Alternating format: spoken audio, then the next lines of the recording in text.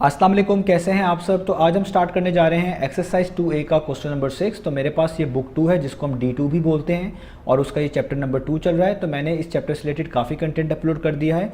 मैंने इस चैप्टर के नेम से ही एक सेपरेट प्लेलिस्ट बना दी है, उसका लिंक नीचे डिस्क्रिप्शन में दे दिया है। अगर आप इस चैप्टर से रिलेटेड बाकी सोल्यूशन में इंटरेस्टेड हो तो इसकी प्लेलिस्ट का लिंक नीचे डिस्क्रिप्शन में से देख सकते हैं। इसके अलावा एक फेसबुक पेज भी बनाया हुआ है मैंने, और अगर आपके कोई क्वेश्चन है या सजेशन है मेरे वीडियो कंटेंट के हवाले से तो आप इस फेसबुक पेज के थ्रू ही अपने क्वेश्चंस को, सजेशंस को मुझ तक पहुंचा सकते हैं। तो आपको जैसे स्क्रीन पे नजर आ रहा है, मेरे पास ये बुक 2 का न्यू एडिशन है, यहाँ पे मेंशन भी है अपडेटेड 7th एडिशन। तो अगर आपके पास प्रीवियस एडिशन है तो मैंने उसके सॉल्यूशंस भी कवर किए हुए हैं, वो आपको मेरे यूट्यूब चैनल के प्लेलिस्ट सेक्शन में मिल जाएंगे। और आप जब मेरा यूट्यूब चैनल का प्लेलिस्ट सेक्शन विजिट करेंगे तो आपको D1 से लेकर रीड कर लेते हैं क्वेश्चन नंबर 6 को, इसको हम समझेंगे और उसके बाद सॉल्व करेंगे। तो मैं इसको रीड करने जा रहा हूं। यहाँ पे लिखा हुआ है if z is directly proportional to x। पहले में इतनी स्टेटमेंट समझ आनी चाहिए कि z directly proportional to x का क्या मीनिंग है। तो सबसे पहले जो है आप लोग मेरी अर्निंग देख सकते हैं। मैंने अपनी इजी पैसा ऐप को ओपन किया हुआ है और यहाँ पर जो अगर आपको डायरेक्टली प्रोपोर्शनल के बारे में चीज़ें पहले से पता है तो आप वीडियो को स्किप करके देख सकते हैं। तो यहाँ पे लिखा हुआ है दो वेरिएबल हैं, एक z और एक x, वो आपस में डायरेक्टली प्रोपोर्शनल है। तो डायरेक्टली प्रोपोर्शनल का मीनिंग ये होता है कि अगर एक चीज़ में चेंज आए तो उसकी वजह से दूसरी चीज़ में भी सेम चेंज आए। और सेम चेंज का क्या मीनिंग है, यानी अगर z की वैल्यूज़ इंक्रीज करें तो इसकी वजह से x की वैल्यूज़ भी इंक्रीज करें, और अगर z की वैल्यू डिक्रीज करे तो x की वैल्यू भी डिक्रीज करें। ऐसे रिलेशन को हम बोलते हैं डायरेक्ट रिलेशन, और उन दो क्वांटिटीज़ को आपस में बोलते हैं डायरेक्टली प्रोपोर्शनल। इसकी एक सिंपल सी एग्जांपल मैं आपको समझाने के लिए दे सकता हूं कि लेट से आपने कुछ बुक्स मार्केट से खरीदनी है, और वो जो बुक्स हैं उनकी जाहिर बात है कोई ना कोई आपको कीमत देनी पड़ेगी, कोई ना कोई पैसे देने पड़ेंगे उनको खरीदने के लिए।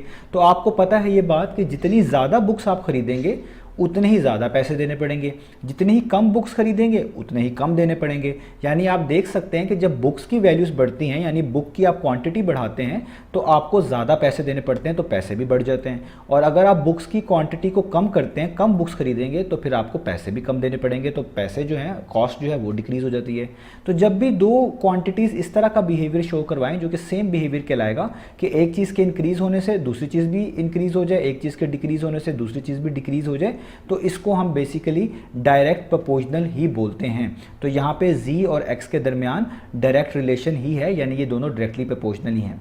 और इनका जो चेंज होता है, जो दोनों में चेंज आ रहा होता है, वो भी प्रोपोर्शनल ही होता है। ये नहीं होता कि z में जिस तरह से आप कह लें तरीके से चेंज आ रहा है उससे ज़्यादा कोई x में आ गया, नहीं, दोनों का चेंज प्रोपोर्शनल ही होता है, उनका रेट एक तरह का सेम ही रहता है। तो अभी इतना काफ़ी है, बाकी क्वेश्चन में भी आप इस चीज़ को समझेंगे। तो यहाँ तक क्वेश्चन में बताया गया था कि z जो है वो डायरेक्टली प्रोपोर्शनल है x के।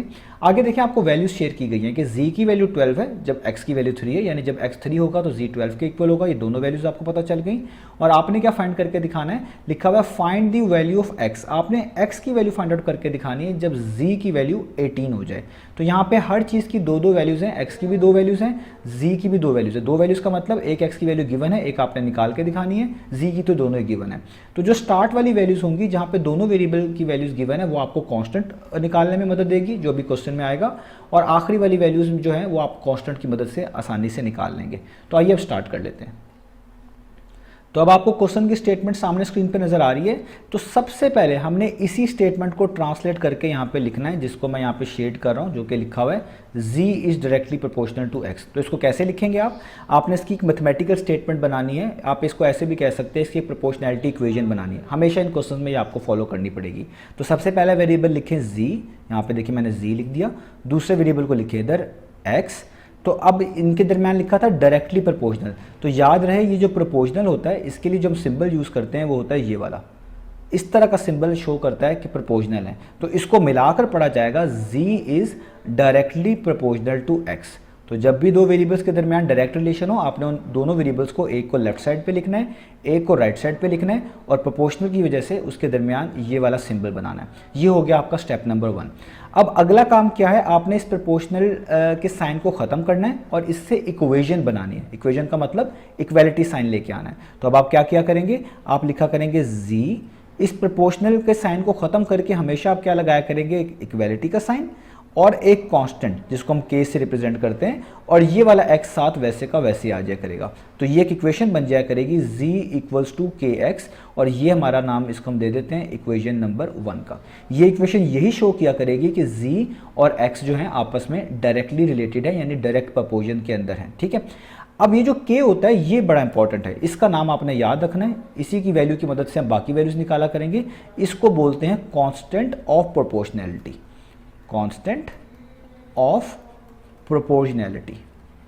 ये एक ऐसा कांस्टेंट होता है, आपको समझाने के लिए कह रहा हूँ, कि जो इन दोनों साइड्स को बैलेंस कर रहा होता है, राइट साइड को भी और लेफ्ट साइड को भी, इसीलिए यहाँ पे लगाया जाता है ताकि इन दोनों साइड्स को एक तरह का बैलेंस कर दिया जाए।